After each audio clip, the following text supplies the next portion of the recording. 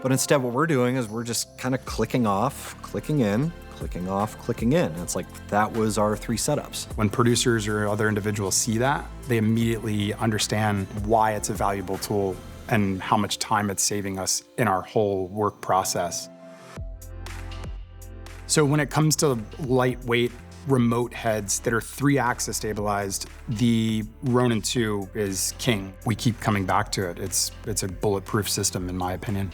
The tools that DJI has made that has given me an opportunity to use them out in the field has allowed me to get specific shots that otherwise wouldn't have been possible. So it's changed my life tremendously. I mean, I can't tell you how many jobs I would go on for, 1 shot. And I'm like, all right, time to pack up. And they're like, well, actually, we really like that.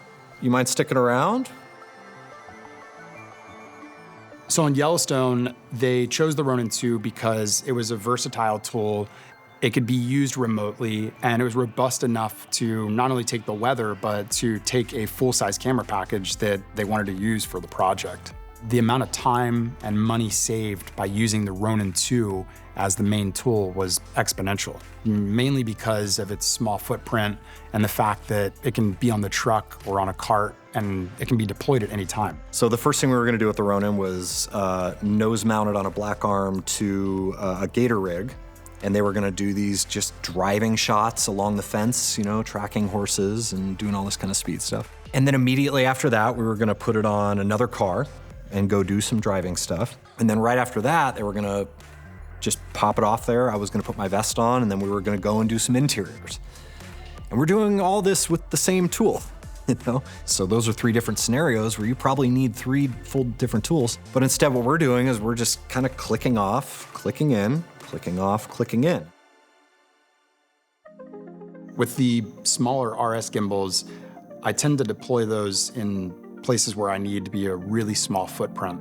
And we still use the master wheels connected to them using the DJI transmission. So on the show that I just did for 6 months, we carried the Ronin 2, and then we also carried the RS4 Pro. I remember we had this one scene where it was chaotic weather, Ritter fans, rain gags, and we ran through all of that with the RS4 Pro. We were inside of a car, we were outside of a car, we were just moving through space. It just allowed us to have a lot of control and versatility, where the Ronin 2, being a bigger tool, you can get in the car with that, but it's, critical positioning at that point. And with the smaller RS4 Pro, we're able to just really move it around a ton.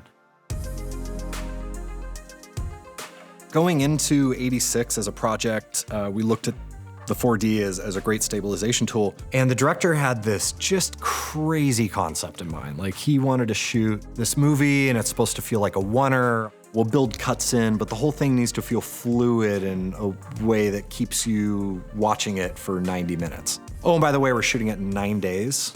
And we went into this movie basically with, the 4D was our A camera, the 4D was our B camera. Our whole transmission system was the DJI transmission. We were using a DJI follow focus. Like, our whole camera department was bought into this 4D DJI workflow. I don't know really any other way we could have achieved that project in that time frame that well. And to kind of go into it and really come out the other side and go like, that was the right tool for this project. Like, how can we utilize this tool in different scenarios and other ways? And I'm like, that's exciting as a camera operator, as a filmmaker. Something I really want to see happen is the Ronin 2 being used in the industry by individuals that know how to use it really well. So the Ronin 2 Pro class was a class that I developed with some great individuals that was built to educate people on how to use the Ronin 2. That class was a lot of camera assistants. It was some key grips. We had some producers come in, which I loved. And we also noticed that the success rate of using the Ronin 2 on set increased tenfold, if you will. The Ronin 2's been out now for 6 years, and this thing still works really well, and it's just as popular as it ever was. And I think that's a testament to how well it was made in the first place. I'm excited to see what comes next in the DJI ecosystem, and I think the reason why is because every time they've released something new, it's something that I have encountered in the industry as a problem, and they're creating a solution for it.